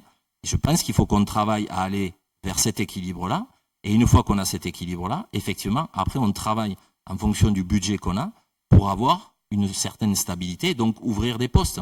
Mais je continue à dire que je ne suis pas pour l'emploi des contractuels et puis le nom m'échappe ce soir, mais des gens qu'on emploie à l'heure en fait, des vacataires, voilà, des vacataires, et qui bien souvent en plus, dans le code du travail ou dans le droit en tout cas du travail, on les prend pour remplacer des salariés absents ou en fait ça devrait être des postes en fait, c'est ça, c'est qu'on les utilise pour combler aussi à certains moments des déficits en poste. Voilà, le vacataire, c'est le tâcheron du 19e siècle. Donc effectivement, je ne suis pas d'accord avec ça. Nathalie Marchand pour l'équipe majoritaire. Effectivement, Monsieur Lassalle, vous avez raison. Les animateurs vacataires sont embauchés pour compléter l'absence d'animateurs, quelle qu'en soit la raison, qu'ils soient malades, en formation, pour pouvoir encadrer correctement les enfants qui sont accueillis dans les écoles. Nos enfants, vos enfants. Je suis persuadée qu'ils seront ravis de savoir que vous les qualifiez de tâcherons, alors que les tâches qu'ils accomplissent ont une importance capitale tous les jours auprès des enfants dans le cadre de l'encadrement périscolaire. Bon, écoutez, Madame Marchand, alors je sais pas, on va peut-être parler, on va faire de l'histoire. Le tâcheron, c'était celui qui était payé à la tâche. C'était celui qui allait chez un artisan et qu'on payait à la pièce, à la tâche. C'est ça le mot tâcheron, il n'y a rien de péjoratif. C'est juste un parallèle historique, je sais pas, dans l'histoire sociale de notre pays. Avant qu'il y ait une classe ouvrière, il y avait des tâcherons. Voilà, c'était des gens qui n'avaient pas de contrat de travail et qui travaillaient à la journée, même parfois qui changeaient plusieurs fois dans la journée d'employeur. C'est ce qu'on appelait des tâcherons. Bon, excusez-moi, pour moi, il n'y a rien de péjoratif à ça. C'est juste pour dénoncer le côté précaire de ce genre de contrat. Voilà, donc j'ai rien en soi contre les gens qui prennent ces postes-là parce qu'ils ont besoin, comme tout le monde, de travailler, d'avoir un revenu. Mais vous me permettrez quand même de ne pas être d'accord avec le fait qu'on paye ces gens-là à l'heure pour ces tâches-là. Voilà, c'est tout. J'apporte une précision là-dessus, c'est que les vacataires, effectivement, il y en a quelques-uns. Ça n'est heureusement pas la majorité de nos équipes d'animation. Ce sont des vacataires qui sont souvent des étudiants et pour qui cela permet aussi de compléter un minimum de revenus pour leur permettre de poursuivre leurs études dans de bonnes conditions. Et ce sont aussi des vacataires à qui nous pouvons proposer à terme des contrats, une formation, voire le passage du BAFA, donc un diplôme, qui est financé entièrement par la municipalité, des formations tout au long de leur présence au sein de la municipalité, et qui, s'ils suivent le parcours de l'animateur tel qu'il est en train d'être créé par les animateurs eux-mêmes, pourront à terme être titularisés par la collectivité. Bon, un sujet, je voudrais prendre un témoin tous les conseillers municipaux parce que Monsieur Lassalle nous dit ce soir qu'il y a une rigidité au niveau des ressources humaines et du budget des ressources humaines de la commune. Et donc, il l'avait dit d'ailleurs, et là, pour le coup, vous êtes cohérent, Monsieur Lassalle, de prévaloir en tout cas et de défendre un audit RH sur la commune. J'espère qu'en 2024, Monsieur Lassalle, au moment où on votera la délégation de service public à une entreprise privée, vous ne défendrez pas la mise en place et la création d'une régie municipale pour l'eau et l'assainissement sur la commune, car qui dit régie municipale et installation d'une régie municipale dit embauche de fonctionnaires, création de moyens et d'investissements supplémentaires pour le budget. Mais nous verrons en 2024 le moment venu. Ah, mais je peux vous répondre. Je défendrai la régie municipale, évidemment. Mais je pense qu'on la discutera pas, qu'on la discutera pas au niveau de la commune, mais peut-être au niveau de l'intercommunalité. Vous n'êtes donc pas un paradoxe près sur la partie ressources humaines. De quel paradoxe vous me parlez, Monsieur Bernardin? Enfin, la régie, qui dit régie municipale, alors comment ça fonctionne, embauche de personnel supplémentaire. Comment ça fonctionne une régie?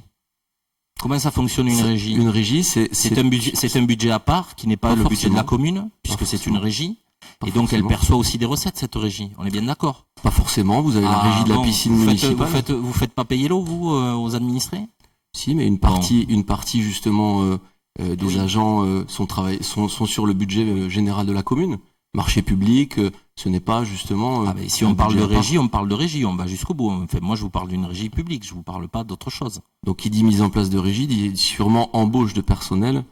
On verra si vous défendrez l'embauche de fonctionnaires, alors qu'aujourd'hui, vous dites que... De la part de la régie.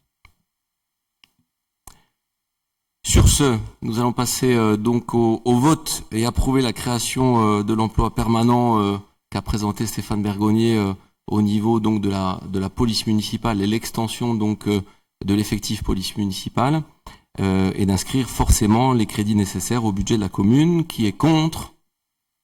Qui s'abstient? L'équipe donc minoritaire représentée par Madame Mazous, Manteau, Lacoste et Monsieur Lassalle, et donc un vote à la majorité. Pour ce point, chers élus de l'équipe majoritaire, je vous en remercie. Nous allons passer au point numéro 9 sur la mise à jour de la charte d'utilisation des outils informatiques, notamment un toilettage et des modifications que vous présentez le directeur général des services, Alaric Berlureau. Merci Monsieur le maire. Donc il s'agit de mettre, j'ai envie de dire plus qu'à jour, la charte d'utilisation des outils informatiques, puisque celle qui est en vigueur a été adoptée par le conseil municipal en septembre 2009. Et donc vous vous en doutez bien, l'utilisation actuelle des outils informatiques et la mise à disposition des outils informatiques en 2023, après notamment la période Covid, n'a rien à voir avec celle de 2009. Donc cette charte informatique qui a été élaborée par les services municipaux évoque donc les questions de matériel mis à disposition des agents, et notamment de plus en plus d'ordinateurs portables qui sont utilisés par les agents aussi dans le cadre du télétravail. Donc il s'agit aussi de prendre en compte cette nouvelle forme de travail. Cette charte informatique évoque certes le parc informatique, mais aussi les smartphones dont sont dotés un certain nombre d'agents dans la collectivité pour exercer leur mission. Et elle prend surtout en compte et rappelle le cadre imposé par le règlement général sur la protection des données qui a été mis en œuvre depuis 2016 et pour lequel la collectivité est particulièrement attentive. Évidemment, cette mise à jour est absolument importante et donne des droits et des obligations aux agents de la collectivité dans l'utilisation de ces outils, notamment dans le cadre des risques liés à la cybersécurité. Et donc aujourd'hui, nous sommes particulièrement vigilants et particulièrement attentifs à l'utilisation de tous ces outils qui sont mis à la disposition des agents de la collectivité. Donc aujourd'hui, il vous est proposé d'adopter cette nouvelle charte élaborée par les services municipaux. Avez-vous des questions? Je vous propose donc de passer au vote et d'adopter, donc tel que l'a présenté notre directeur général des services, Monsieur Berlureau, cette charte d'utilisation des outils informatiques. Qui est contre? Qui s'abstient? Vote à l'unanimité. Merci beaucoup. Et comme M. Berlureau a présenté excellemment ce point, je vais lui laisser la parole pour le point numéro 10 sur la modification du règlement intérieur du personnel. Merci Monsieur le maire. Cette modification du règlement intérieur est de plusieurs natures et de grands chapitres en particulier. Le premier qui est un toilettage de ce règlement intérieur pour le remplacement des termes comité technique et comité d'hygiène, sécurité et conditions de travail qui ont été remplacés dans la collectivité par le comité social territorial, CST. Donc tout le document, des termes CT, CHSCT sont remplacés par le CST. Et ce règlement aussi dans la partie toilettage prend en compte la référence à la nouvelle charte informatique que vous venez d'adopter. Pour autant, ce règlement prévoit aussi la partie avantages sociaux dans la collectivité, et deux évolutions importantes vous sont proposées à l'adoption à travers cette charte. Vous le savez, on l'a déjà évoqué, la commune a engagé en tout cas un travail en interne sur la co-construction des conditions de travail par les agents, et aujourd'hui un certain nombre de projets sont élaborés par les agents pour définir leurs conditions de travail. Dans ces projet élaboré, il y a un groupe qui travaille sur l'aspect rémunération dans la collectivité et il s'est réuni tout au long de l'année 2022 pour faire des premières propositions concernant plutôt la partie avantages sociaux et actions sociales dans la collectivité. Après plusieurs échanges entre les élus et ce groupe, on est arrivé à la proposition qui vous est proposée d'adopter, proposition qui est complètement celle qui a été portée par les agents, qui est dans un premier temps une augmentation progressive de la carte cadeau à l'occasion des fêtes de fin d'année, qui est actuellement d'une valeur de 58 € et qu'il est proposé de porter à 80 € en 2023, puis à 108 € en 2024.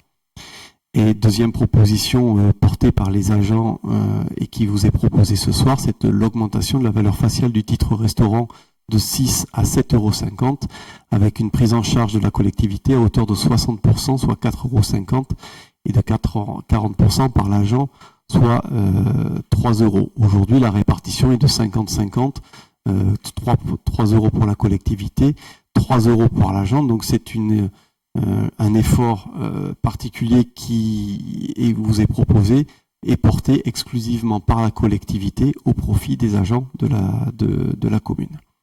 Voilà, monsieur le maire.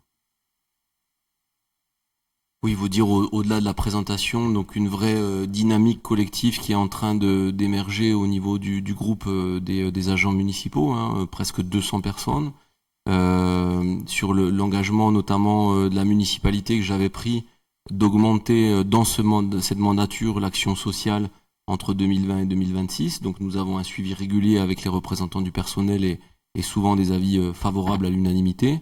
Là, nous avons accéléré, vous le voyez, les actions en direction du pouvoir d'achat des agents municipaux de la commune de Saint-Sulpice. Je ne vais pas le repasser en revue.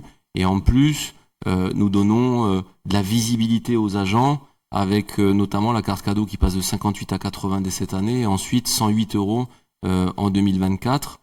Donc toutes ces propositions, ce ne sont pas les élus qui les ont fait, mais comme l'a dit monsieur Berlureau, c'est un groupe de travail de représentants des agents. On voit bien que le travail d'initiative, le travail de co-construction, le travail de confiance est en train de s'instaurer dans la commune et c'est très agréable pour les élus que nous sommes parce que en fait, on voit que les agents, ils nous l'ont dit d'ailleurs, les représentants du personnel également, ça donne envie de s'inscrire dans la commune de Saint-Sulpice, ça donne envie de rentrer dans les effectifs de la commune de Saint-Sulpice, et Saint-Sulpice rayonne, c'est extrêmement favorable, continuons comme ça. Je vous propose donc, monsieur Berlureau. Oui, je pense que j'ai oublié de préciser que l'augmentation de la valeur faciale des titres restaurants serait à compter du 1er juillet 2023. Je souligne aussi, et je l'ai dit aux représentants du personnel cette semaine, vous savez, on le dit souvent, et nous, notre équipe majoritaire n'a pas peur du débat démocratique, n'a pas peur de la participation citoyenne, c'est notre ADN, c'est ce qui a fait le socle de cette équipe. Et donc, effectivement, on a laissé la parole aux agents, on a laissé co-construire les agents. Certaines mauvaises langues de Saint-Sulpice nous disaient oh non, mais vous allez voir, les agents vont vous faire une liste au Père Noël. J'ai pu le souligner à l'ensemble des agents, au corps managérial et puis aux représentants du personnel. Nous avons eu des propositions réalistes, concrètes, et donc c'est vraiment avec fierté aussi que nous pouvons détacher des enveloppes budgétaires pour répondre favorablement à ces précisions. On a eu quelques navettes de discussion comme il peut se faire entre le Sénat et l'Assemblée nationale. Nous, c'était entre les équipes d'élus et tout le groupe de travail représentant le personnel. Ces navettes, ce sont sur justement des discussions de temporalité. Monsieur Berlureau le disait, 1er juillet, un décalage du 108 € en début 2024 pour justement faciliter aussi l'absorption budgétaire. Et donc on a trouvé un point d'accord. Moi je trouve que la démocratie et puis l'échange entre salariés et employeurs dans ces moments-là et de la manière dont c'est fait, rigoureuse, réaliste et vraiment très respectueuse et puis vraiment conviviale, c'est vraiment en tout cas ce qu'on souhaite dans toutes les collectivités de France et au plus haut de l'État. Donc bravo à tout le monde pour ces négociations et je vous propose donc d'approuver les modifications telles que présentées par monsieur Berlureau. Qui est contre? Qui s'abstient? Vote à la majorité. Merci beaucoup. Merci pour les agents surtout, à qui on va pouvoir annoncer ces bonnes nouvelles. Je vous propose de passer au point numéro 11 sur la modification du régime indemnitaire tenant compte notamment des fonctions, des suggestions, de l'expertise et de l'engagement qu'on appelle le RIFSEP, et une proposition d'expérimentation aux élus que nous sommes, justement dans la continuité des échanges et des groupes de travail et d'initiatives faits et pris par les agents. Les agents ont demandé un rendez-vous avec Anna Mahalem, première adjointe, qui a notamment le périmètre aux ressources humaines, moi-même, et puis ensuite Déborah Sicard, et puis Alain Ribéry-Leroux, pour nous proposer de modifier la prise en compte de ce qu'on appelle le CIA. Le CIA donc est intégrant de la partie RIFSEP, et le CIA en fait c'est une prime bonus, notamment pour le présentéisme, et qui a été mis en place dans le vote du RIFSEP. Nous avions depuis le 1er janvier 2019 et voté ici en conseil municipal 5 critères de présentéisme que vous avez à l'écran, critères qui semblent en tout cas stricts, rigides et draconiens selon les agents municipaux. Ça tombe bien, c'est moi qui les avais faits. Pourquoi j'avais proposé ces critères? Parce que nous avions une grande part d'absentéisme à Saint-Sulpice, et donc je trouvais à l'époque pas admissible que les impôts de la commune payent de l'absentéisme. Alors il existe l'absentéisme raisonnable et raisonné quand on est malade, maladie ordinaire, mais on l'a dit avec les représentants du personnel, et ils en ont convenu, on a aussi une partie de fonctionnaires qui n'acceptent pas de recevoir des remarques positives comme négatives de la part de leur manager, et qui, parce qu'ils ont reçu une remarque négative sur leur travail, se mettent en maladie dès le lendemain. Et ça, c'est pas acceptable. Et donc c'est pour ça que j'avais mis en place ces 5 critères. Donc vous le voyez, jusqu'à 3 jours d'absence, les personnes prenaient 100% de leur prime de part de présentéisme, mais à partir de 4 jours et jusqu'à 6 jours d'absence, ils ne touchaient que 75% de leur prime. À partir de 7 jours jusqu'à 9 jours d'absence, 50%, et donc la moitié de la prime disparaissait parce que absentéisme. De 10 à 13 jours, seulement 25%, et à partir de 14 jours et plus, c'est-à-dire quelqu'un qui était absent plus de 3 semaines ouvrables, se voyait retiré en fait éligible en tout cas à la prime sur l'année. Il s'avère que les représentants du personnel et ce groupe de travail rémunération nous a dit que c'était un petit peu dur, et donc on a pris le temps d'écouter leurs arguments, qui encore une fois, arguments extrêmement construits et argumentés, très précis, en disant, monsieur le maire, peut-être qu'en fait il n'y a pas de lien de cause à effet entre la prime de présentéisme et puis l'absentéisme, peut-être qu'il faut travailler sur d'autres leviers de la motivation, et donc on vous propose un assouplissement, parce que c'est vrai que si on attrape une gastro-entérite et puis si on a une grippe et on s'absente 5 jours, on se voit gréver tout de suite, puisque c'est à partir de 3 jours ou 4e jour que la prime se fait gréver.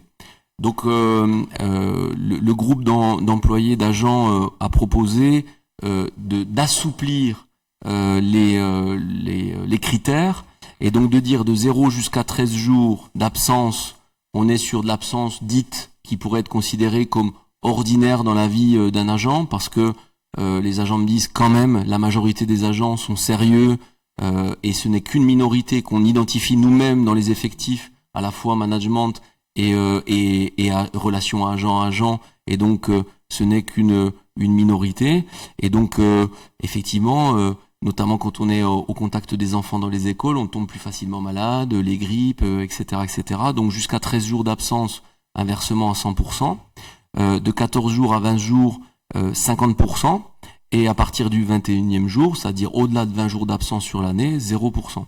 C'est une proposition faite par l'ensemble des agents, votée à l'unanimité par les agents de la commune, et donc les élus que nous sommes avons retenu ce principe d'assouplissement des critères, d'en laisser que 3, et donc de voter cette expérimentation que je vous propose ce soir. Bien sûr, nous en avons parlé d'abord avec les représentants du personnel au comité social territorial, et nous avons reçu un avis favorable à l'unanimité de l'ensemble des représentations syndicales de la commune. Avez-vous des questions? Oui, Julien Lassalle pour le groupe Saint-Sulpice Active et Citoyenne. Déjà, combien représente en fait le CIA dans la rémunération globale d'un agent? Est-ce que vous l'avez chiffré? Vous l'avez à l'écran, en fait, c'est au bout de la ligne prise en compte du présentéisme dans la partie CIA, 200 € par an. D'accord. Ok. Donc ensuite, est-ce que au niveau de, quand vous faites l'analyse de l'absentéisme, est-ce que, parce que je crois qu'on avait eu, mais c'était il y a quelques années, des chiffres, est-ce que vous en avez de récents ou est-ce qu'éventuellement on pourrait avoir à l'issue de l'expérimentation le comparatif entre avant et puis après au niveau de l'absentéisme, parce que bon, moi j'entends ce que vous dites, hein, mais je m'étonne toujours de ça parce que quand on est absent du travail, on a normalement un certificat médical d'arrêt de travail, donc qui est l'absence est justifiée médicalement. Donc j'ai du mal quand même avec ce concept de gens qui viendraient parce qu'ils viendraient pas, parce qu'ils ont eu une mauvaise remarque ou des choses comme ça. Je pense que la nature de l'absentéisme est quand même beaucoup plus profonde que simplement la vexation parce que notre chef nous a dit attention, tu as mal fait ton travail, que sais-je d'autre, quoi. Voilà. Normalement, il y a toujours en face un arrêt de travail délivré par un professionnel de santé, en l'occurrence un médecin. Oui, donc je vous confirme aussi le laxisme présent de certains professionnels dont je tairai le nom ce soir, mais qu'on connaît bien dans l'équipe municipale et notamment le service ressources humaines, où certains agents sont capables en fait de venir à 9h le matin et vous dire si vous faites pas ça ou si vous me donnez pas cette tâche-là, cet après-midi à 14h, je serai en arrêt maladie. Et c'est planifié, c'est organisé et c'est réel. Donc, et d'ailleurs, le groupe de travail des agents qui ont travaillé sur ce sujet-là, c'est pas une proposition d'élus hein, qu'on vous fait ce soir, c'est une proposition issue de l'initiative des agents. Entre eux, certains agents le disent mais on sait très bien que nos collègues trichent. On sait très bien que nos collègues se mettent en maladie pour rien parce que ils sont mal lunés, réveillés du pied gauche, à côté de leur pompe, etc. Et donc certains agents disent c'est pas acceptable. Mais encore une fois, c'est une minorité identifiée, dont je tairai les noms ce soir. Mais donc on a travaillé vraiment de manière très transparente avec les agents. D'ailleurs, je vous le dis, l'ensemble des forces syndicales en présence ont voté favorablement ce point-là parce que eux-mêmes reconnaissent aussi ces éléments-là. Pour bien comprendre, en fait, on est sur une prime d'à peu près 16 € par mois, si c'est 200 € par an. Tout à fait, multiplié par 200 agents. D'accord, c'est ça. Mais individuellement, ça représente à peu près 16,66 € par mois. Tout à fait. Du coup, effectivement, les leviers pour lutter quelque part contre cet absentéisme sont un petit peu ailleurs, quoi. Ben, justement, c'est la proposition des agents de cette expérimentation en disant on vous propose, monsieur le maire, de libéraliser en fait ces critères qui étaient un petit peu stricts, de les assouplir pour vous prouver qu'il n'y a pas de relation de cause à effet entre les absentéismes et le pourcentage d'absentéisme, où la majorité des gens sont extrêmement rigoureux et certains viennent même des fois malades, ou avec un mal de dos ou un mal d'épaule, etc. Et ceux qui ont tendance à abuser du système, si je puis dire ainsi. Donc c'est pour ça qu'avec Anand Mahalem et l'ensemble du management, on a retenu cette expérimentation en se disant on a envie de le tester. Et effectivement, comme disait Monsieur Lassalle, on s'est donné rendez-vous dans 1 an pour voir tous ensemble, à la fois le groupe des agents qui ont proposé cette initiative, l'ensemble des syndicats présents sur la commune, et puis ensuite en conseil municipal, si il n'y a pas de relation de cause à effet. Si on vous propose justement d'assouplir, c'est qu'on le pense. Et donc on donne raison aux agents et on a envie de tester justement pour pouvoir tourner cette page de ce côté-là et aller creuser plus profondément et en profondeur les autres leviers. Je vais juste préciser un peu ma question parce que vu les montants en jeu, on identifie bien effectivement sans avoir une évaluation que ça ne va pas être le principal levier. Donc quels autres leviers vous allez développer dans ce temps-là d'une année en parallèle de cette mesure-là? Je crois que c'est pas l'ordre du jour en termes de questionnement. Mais par contre, on vous présentera le moment venu, puisqu'il y a régulièrement, vous le savez, le bilan social qui est présenté en conseil municipal. Et lors du bilan social, comme le disait Monsieur Lassalle, il y avait eu des remarques à l'époque de Monsieur Plugnan sur l'absentéisme. Je pense que ça sera le moment du débat à ce moment-là. Mais effectivement, nous avons actionné. Quand je dis nous, c'est les élus, mais surtout les services, des travails et des travaux. Et si des groupes de travail d'agents sont mis en place, justement, c'est pour aussi réfléchir, parce qu'on pense que les bonnes pratiques viennent pas des décideurs et des managers, mais de ceux qui sont sur le terrain et qui sont tous les jours, au quotidien, face aux citoyens. Je vous propose du coup d'approuver cette expérimentation d'une année, donc proposée par l'ensemble du corps des agents, validée par les syndicats et validée par les élus que nous sommes, par l'équipe majoritaire, des modifications, donc de conditions d'attribution du CIA telles que présentées, donc de les assouplir. Qui est contre? Qui s'abstient? Vote à l'unanimité. Merci beaucoup. Nous allons passer au point numéro 12 sur la convention entre, on voit le petit logo orange, le département du Tarn et la commune de Saint-Sulpice-la-Pointe sur un dispositif de soutien notamment à nos collégiens avec le dispositif chéquier collégien. Pour présenter ce point, je laisse la parole à Madame l'adjointe à la jeunesse, à la réussite éducative et à la défense de la langue occitane, Madame Marchand. Merci Monsieur le maire. Donc c'est un point qui est récurrent puisque chaque année nous revenons dessus pour présenter cette convention entre le département du Tarn et la commune concernant le dispositif chéquier collégien. Le département du Tarn distribue chaque début d'année un chéquier à l'ensemble des collèges du département et sont concernés pour notre commune les collégiens de Pierresuc, donc de la 6e à la 3e, qui permettent ces chèques de subvenir à un certain nombre de frais, tels qu'achat de livres, adhésion à une activité sportive ou culturelle et accès à certains loisirs. La commune a intégré ce dispositif depuis le 9 juillet 2018 en proposant une entrée gratuite à la piscine municipale, valable sur la période de l'année scolaire concernée. Donc, le conseil départemental souhaitant reconduire le dispositif collégien, la commune s'engage à maintenir cette entrée gratuite à la piscine pour l'ensemble des collégiens bénéficiaires de ce chéquier. La convention qui était jusqu'à présent pour une durée de 1 an et sera valable jusqu'en 2029. Donc, nous nous engageons jusqu'à cette date-là envers le département pour une entrée gratuite pour les collégiens de la commune. Y a-t-il des questions?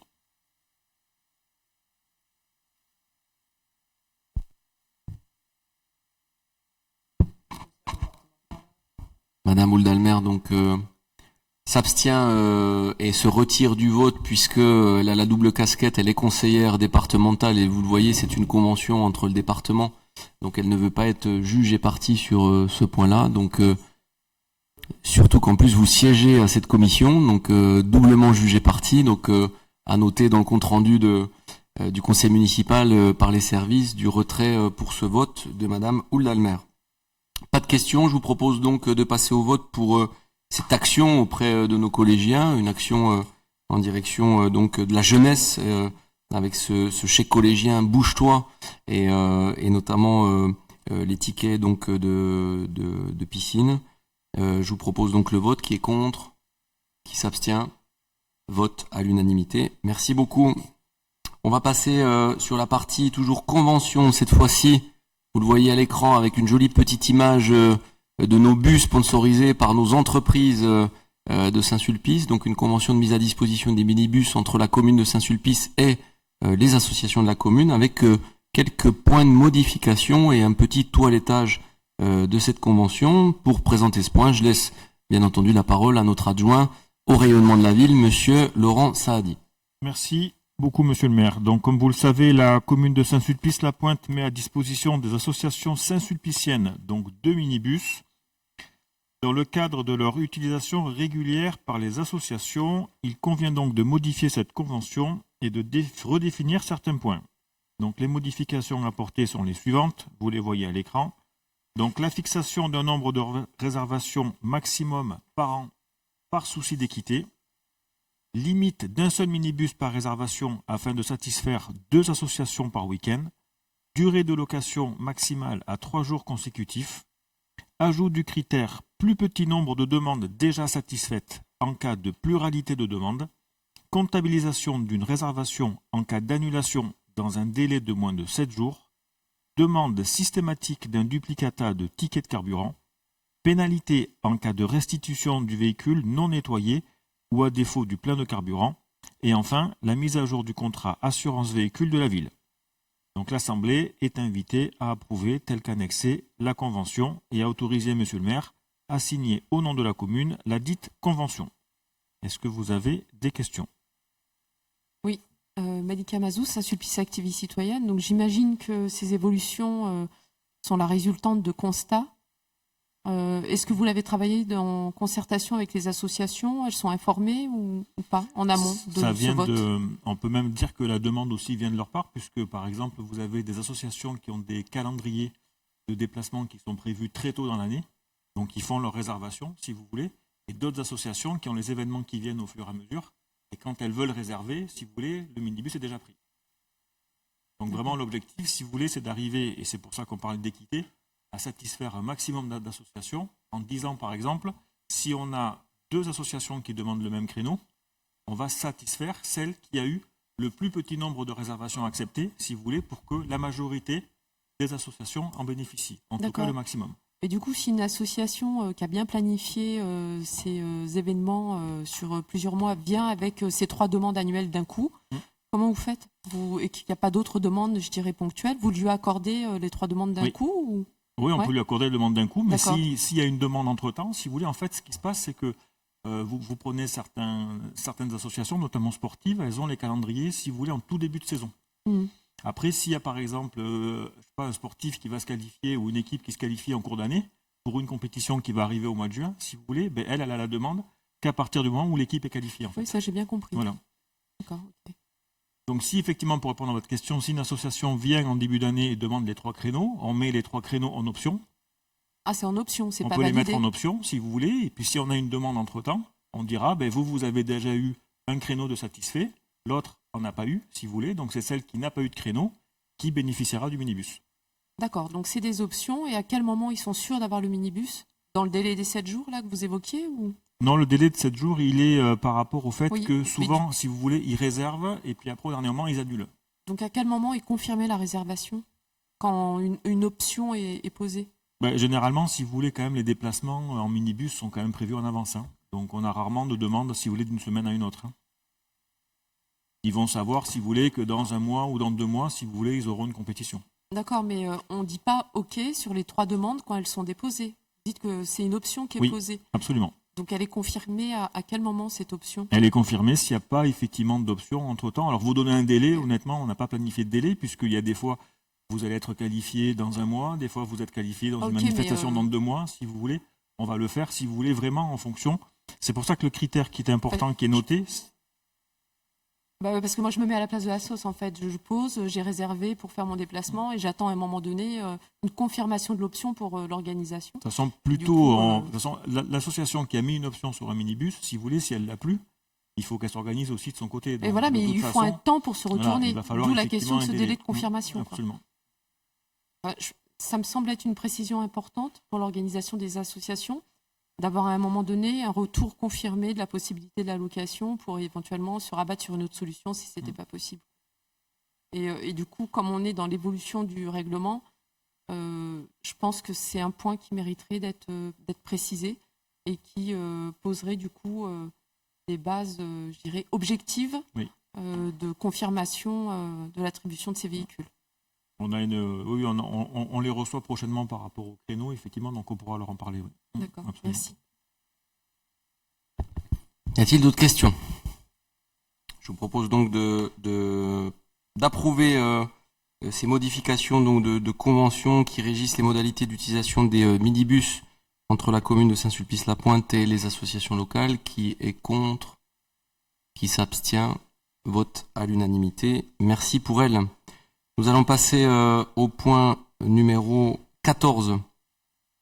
Non, 14.1, si, pardon, parce qu'il y en a deux, il y a 14.1, 14.2, mais le point 14 est globalisé. Pourquoi ? Parce que nous allons parler sur ces 2 points de subventions, de demande de subventions exceptionnelles par des associations. Pour le point numéro 1, le rugby club Saint-Sulpicien 15, donc le RCS 15, et ensuite une deuxième association, le handball club. Pour présenter ces 2 points, je vais laisser la parole à Monsieur Saadi et puis nous passerons au vote en suivant. Donc 2 demandes de subventions exceptionnelles qui ont reçu toutes les 2 un avis favorable à l'unanimité lors de la commission. Donc on a d'abord effectivement le RCS 15, donc qui est le club de rugby. C'est un jeune qui est venu nous voir et qui a eu l'idée d'organiser la première édition des Olympiades, donc qui se déroulera à Moltrincade, donc le 17 juin 2023, qui a vraiment pour objectif le développement du lien interassociatif. Alors, ce lien interassociatif, il nous plaît beaucoup parce qu'on prône la transversalité entre associations et effectivement, on se rend compte qu'il y a de plus en plus d'actions communes qui sont menées par des associations. Donc, on est très heureux, effectivement, de cette cohésion. Et cette journée se clôturerait par la retransmission sur écran géant de la finale de Top 14 de rugby. Donc, on nous a demandé une subvention exceptionnelle de 3 000 €. On vous propose une participation à hauteur de 1 500 € qui correspond à la prise en charge de la location de l'écran géant. Donc je vous invite en premier lieu à approuver cette proposition donc pour une subvention exceptionnelle pour l'association de rugby à hauteur donc de 1 500 €. Inscrire la dépense aux articles, chapitres et budgets correspondants et autoriser Monsieur le maire à procéder au versement de la dite subvention. Avez-vous des questions ? Oui, une question, Julien Lassalle, pour le groupe Saint-Sulpice Active et Citoyenne.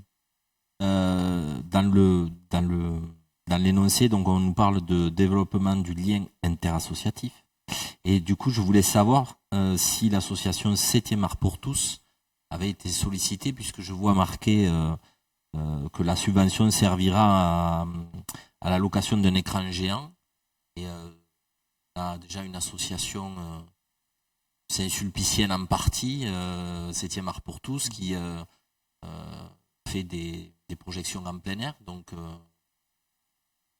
voilà. Si elle n'a pas été sollicitée, je pense qu'il serait peut-être intéressant de la solliciter. Nadia Wildemer. Alors, 7e Art pour tous n'a pas le matériel. Quand ils faisaient le cinéma plein air, c'était des écrans que nous avions nous, mais c'est des petits écrans. Donc, en effet, le rugby, puisqu'ils ont fait aussi une demande côté département, donc je connais un petit peu le dossier, on sont passés tout simplement par Centre Paradise, qui est local. Voilà. Et après, pour compléter ce que tu disais, Laurent, à savoir que sur les Olympiades, ce n'est pas que du sport, puisqu'il y a quand même l'association musicale et le yoga qui est sur le secteur qui participera à cet événement.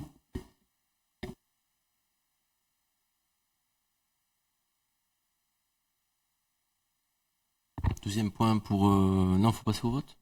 Oui, c'est mieux. Hein. Je vous propose donc de passer au vote pour cette bonne nouvelle. Qui est contre ? Qui s'abstient ? Vote à l'unanimité, merci pour eux. Et donc 14-2 pour le handball. Donc le handball club de Saint-Sulpice participe prochainement à un tournoi international qui se déroulera à Granollers, je ne sais pas comment on dit, dans la région de Barcelone, en Espagne. Nous souhaitons soutenir les déplacements sportifs pour les jeunes et on souhaite donc donner une suite favorable à cette demande et accorder une subvention exceptionnelle de 500 €. Vous êtes donc invité à approuver cette proposition, donc d'une subvention exceptionnelle de 500 €, inscrire la dépense aux articles, chapitres et budgets correspondants et autoriser Monsieur le maire à procéder au versement de la dite subvention. Est-ce que vous avez des questions ?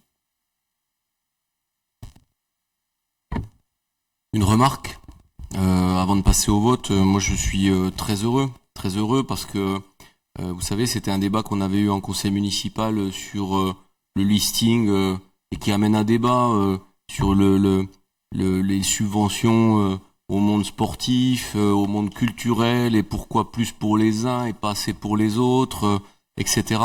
Je pense que nous avons dit lorsque nous sommes arrivés au mandat que nous n'avons pas de préférence pour les uns ou pour les autres. Notre objectif, c'est l'intérêt général. Notre objectif, c'est le rayonnement de Saint-Sulpice. Le rayonnement de Saint-Sulpice, il peut se faire par la culture, il peut se faire par le sport. Dans le sport, on le voit ici, il peut se faire par le tennis, le ping-pong, le handball, le tir à l'arc, et je ne vais pas tous les citer ce soir. Et on avait dit, on aidera les associations qui ne seront plus des associations de rente. C'est-à-dire des associations qui reçoivent des subventions et qui s'estiment que ces subventions sont indues. Ces subventions, c'est l'impôt des Saint-Sulpiciens. C'est les gens qui payent. Et donc ce qu'on avait dit, c'est on va essayer dans cette mandature de pousser les associations à devenir actives, à bouger, à proposer. Parce qu'on entend aussi souvent le discours de Saint-Sulpice, ville dortoir, ville dormante. Et donc l'idée, c'est aussi une municipalité ne peut pas tout. Et le message qu'on a donné aux associations, c'est de leur dire, qu'elles soient culturelles, qu'elles soient sociales, qu'elles soient sportives, c'est bougez-vous. Bougez-vous, soyez acteurs de votre ville. Mais soyez acteurs dans l'intérêt général, pas se servir, mais servir. Et surtout, bougez-vous aussi pour fédérer.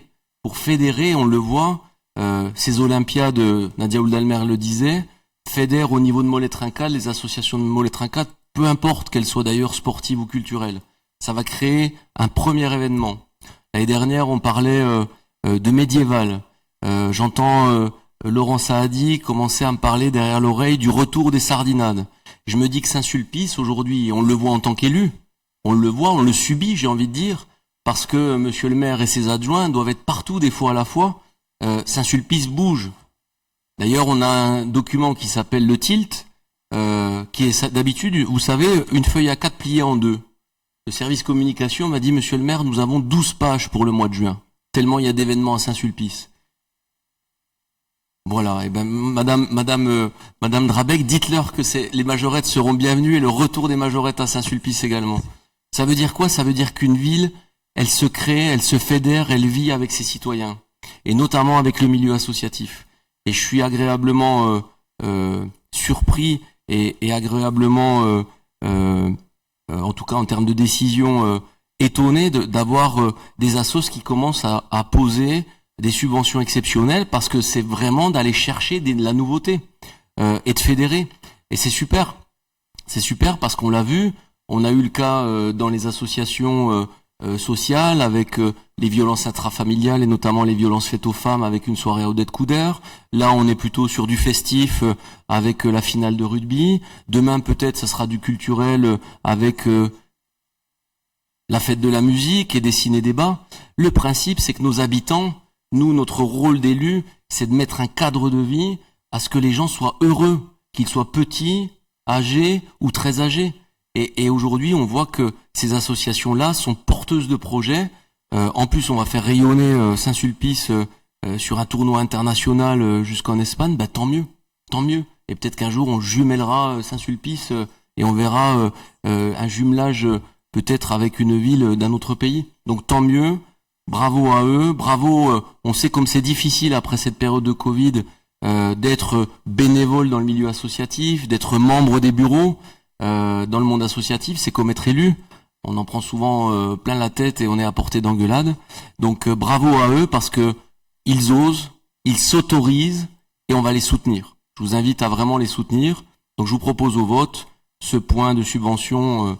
On l'a voté pour le rugby, maintenant pour le handball. Qui est contre? Qui s'abstient? Merci pour nos associations et merci pour ce message pour nos bénévoles. Nous en avons fini avec ce conseil municipal du mois de mai. Vous dire quelques petits comptes rendus du maire. Voilà à l'écran. Quelques petites décisions donc faites au mois de mars et mois d'avril.